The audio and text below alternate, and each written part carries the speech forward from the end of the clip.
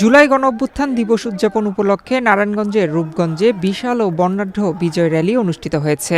৭ August শুক্রবার বিকেলে রূপগঞ্জ উপজেলা বিএনপি এবং এর অঙ্গ ও সহযোগী সংগঠনের যৌথ উদ্যোগে এই কর্মসূচির আয়োজন করা হয়। বিকেল ৪টায় ভুলতা ইউনিয়ন বিএনপির কার্যালয় চত্বর থেকে র্যালিটি শুরু হওয়ার কথা থাকলেও নির্ধারিত সময়ের আগেই উপজেলার বিভিন্ন ইউনিয়ন, ওয়ার্ড ও পৌরসভা এলাকা থেকে খণ্ড খণ্ড মিছিল নিয়ে হাজারো নেতাকর্মী ও সাধারণ মানুষ সমবেত হন। র্যালিটির অগ্রভাগে থেকে নেতৃত্ব দেন বিএনপির জাতীয় নির্বাহী কমিটির সদস্য ও স্থানীয় সংসদ সদস্য মুস্তাফিজুর রহমান দীপু ভূঁইয়া। স্যান্ডেলিনা সো, রূপচর্চায় আভিজাত্য। একটি খোলা ট্রাকে অবস্থান নিয়ে তিনি দু হাত নেড়ে উপস্থিত নেতাকর্মী ও সর্বস্তরের জনতাকে অভিবাদন জানান। ভুলতা এলাকার প্রধান সড়ক প্রদক্ষিণ শেষে র্যালিটি এক সংক্ষিপ্ত সমাবেশের মাধ্যমে শেষ হয়। সমাবেশে প্রধান অতিথির বক্তব্যে এমপি মুস্তাফিজুর রহমান দীপু ভূঁইয়া জুলাই গণঅভ্যুত্থানের সব শহীদ ও আহতদের আত্মত্যাগ শ্রদ্ধার সঙ্গে স্মরণ করেন এবং গণতন্ত্র ও ভোটাধিকার রক্ষায় সবাইকে ঐক্যবদ্ধ থাকার আহ্বান জানান। আজকে এই দিনে কি হয়েছিল? আজকে এই দিনে স্বৈরাচার শেখ হাসিনা দেশ ছেড়ে পালিয়েছে। সেই স্বৈরাচারের মাধ্যমে আমাদের ছোট ছোট বাচ্চারা, ইভেন আমাদের দলের অনেকে শহীদ হয়েছে।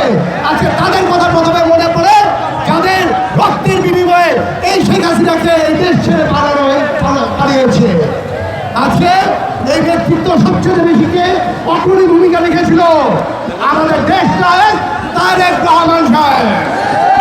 উনি বাইরের থেকে আমাদের থেকে বলেছে যে তোমরা জান দিয়ে বেড়াতে আসবে না যতক্ষণ পর্যন্ত শেখ হাসিনা এই দেশ ছেড়ে না পালিয়ে যায়।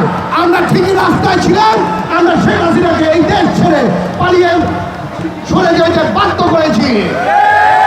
আজকে এই দিনে আমাদের মনে পড়ে আমাদের অতি যার নেতৃত্বে 17 বছর আমরা ছিলাম, আমাদের দেশ নেত্রী বেগম খালেদা জিয়াকে, যিনি জান দিয়ে এই দেশকে একত্রে করে আমাদের দলকে একত্রে করে রেখেছে, এই দেশে মাতৃভূমিকে ধরে রেখেছে।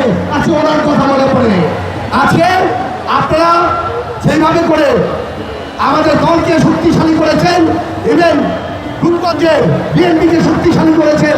এর জন্য আপনাদেরকে প্রথমে আমি অন্তঃস্থল থেকে ধন্যবাদ জানাই।